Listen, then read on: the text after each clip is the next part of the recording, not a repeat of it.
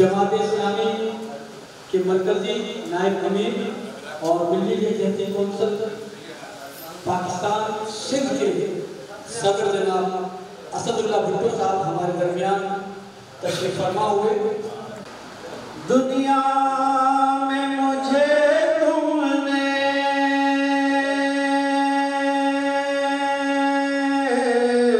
अपना जो बनाया है, दुनिया में मुझे तुमने अपना जो बनाया है, महशर में भी कह देना, महशर में भी कह देना, ये है मेरा दीवाना, महशर में भी कह देना, ये है मेरा दीवाना, महशर में भी कह देना। क्यों आँख लड़ाई थी,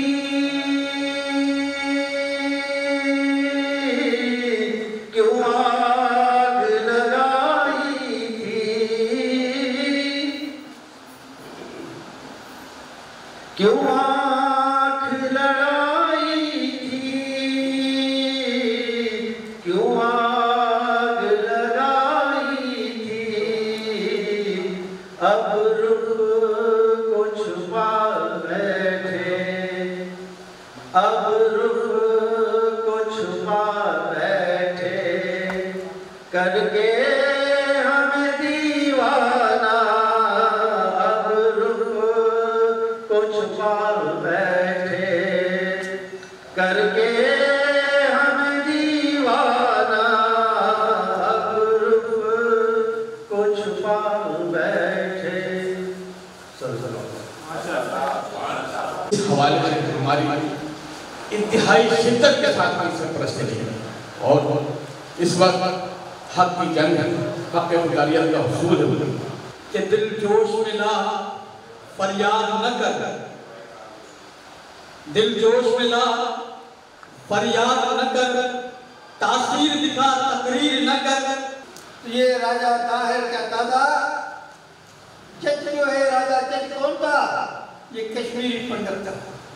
यहाँ अर्ज करना चाहता हूँ कि हम जो है ये वाज़ेह तौर पे ज़हन में बात रखें कि हम कश्मीरियों को मुसलमान होने की सजा दी है। भाई कश्मीर के आवाम पाक मुसलमान है तो उनको पाकिस्तान क्यों नहीं आने दिया? कल भी था और आज भी है।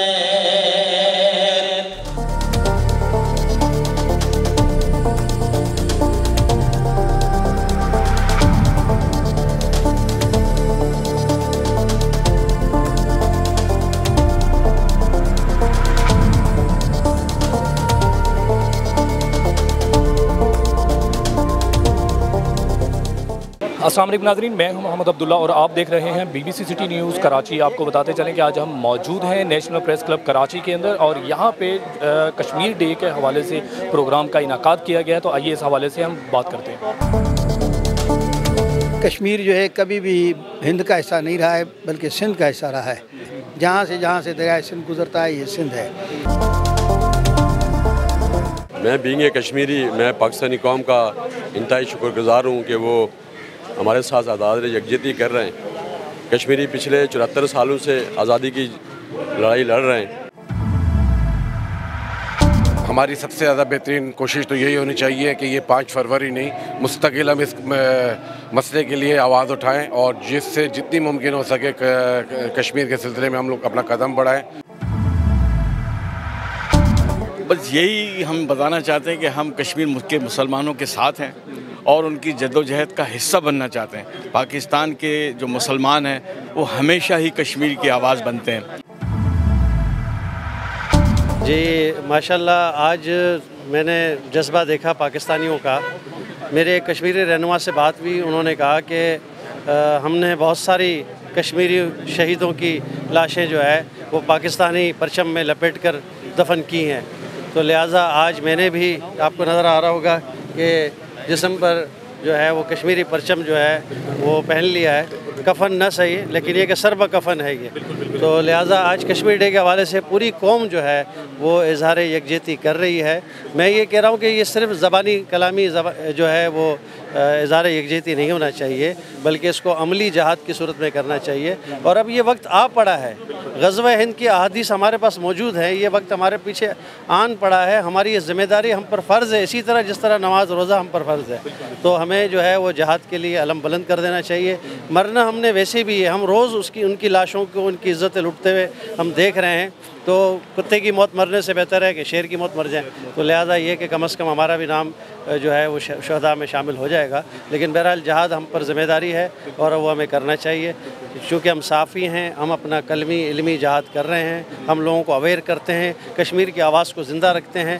तो लिहाजा आज की तकरीब का जो है नेशनल प्रेस क्लब ने मुख्तलिफ़ जो तंजीमों के साथ मिलकर जो है आज तकरीब की है और इंशाअल्लाह आप देख ही रहे हैं माशाअल्लाह बहुत कामयाब तकरीब रही है। और अल्हम्दुलिल्लाह ये हम आवाज़ सिर्फ आज यौम कश्मीर पर ही नहीं, पूरा साल हम इंशाअल्लाह बुलंद करेंगे। बहुत शुक्रिया।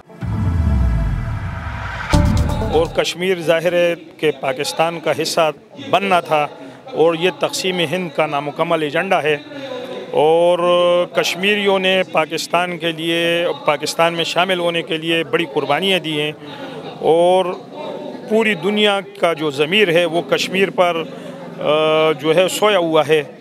और हमारी जो हुकूमतें हैं पाकिस्तान में कम किस्मती से वो भी इस मसले पर कोई जामे हिकमत अमली बनाने में नाकाम रही हैं।